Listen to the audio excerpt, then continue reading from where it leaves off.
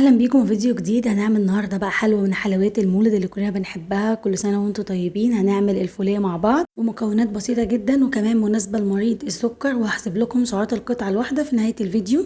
بتمنى تتابعوا الفيديو للنهايه للاستفاده الكامله، ويا ريت ما تنسوش تعملوا اشتراك للقناه ولايك للفيديو لو الفيديو عجبكم. ويلا بينا على الوصفه وطريقه التحضير. اول حاجه معايا طبعا في المكونات كوبايه من الفول السوداني، ده محمص، انا محمصاه كده تحميصه بسيطه ومن غير ملح ولا اي حاجه.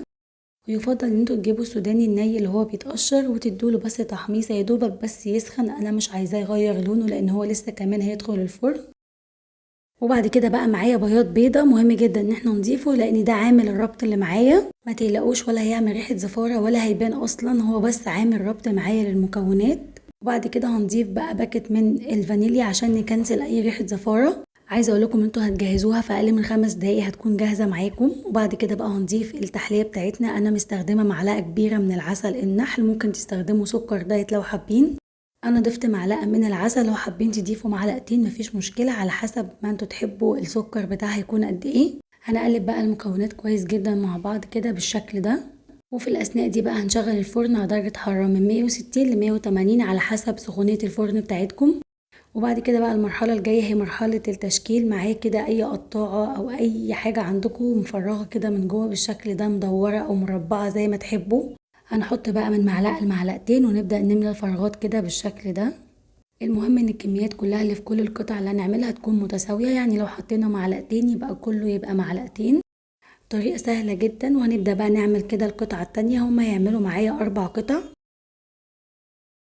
لو عندكم قطعات حجمها اصغر تقدروا برضو تعملوها، هتبقى كده قطع صغيره بايتس. بس عايزه اقول لكم على حاجه، طبعا في التسويه هتبقى مختلفه، هتستوي معاكم اسرع من دي. فالكميه مهمه جدا وكمان الحجم مهم جدا، مش بتاخد وقت خالص، يعني دي بتقعد في الفرن تقريبا 10 دقايق او اقل كمان. فالصغيره اللي انتوا هتعملوها دي ممكن تقعد معاكم وقت اقل كمان من كده.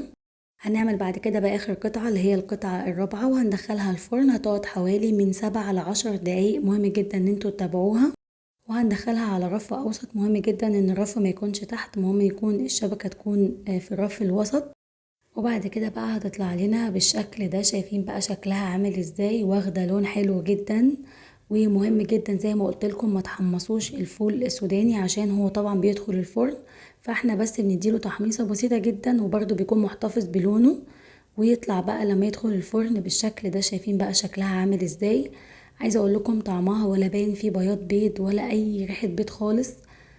انا عملت السنه اللي فاتت الفوليه، لو حابين تتفرجوا على الوصفه هسيب لكم اللينك بتاعها في اسفل الفيديو. ما استخدمتش فيها بياض بيض خالص وطلعت برضو حلوه جدا. بس الوصفه دي عجباني جدا لان انا مستخدمه كميه سكر قليله. وعايزه اقول لكم ان بياض البيض عامل ربط حلو جدا للفول السوداني. شايفين عامل ازاي. ولو هنتكلم في السعرات، القطعه الواحده عامله من 100 ل 120 سعر، فطبعا حلو جدا. الكميه كلها عامله 400 سعر. انا ما ضفتش بس القطعه الرابعه في الطبق لان هي ملهاش مكان بس مش اكتر. وهنا انتهى الفيديو بتاعي، يا رب يكون عجبكم وكل سنة وانتم طيبين. ومتنسوش تعملوا اشتراك للقناة ولايك للفيديو لو الفيديو عجبكم، وبشكركم جدا واشوفكم ان شاء الله في فيديو جديد. مع الف سلامة.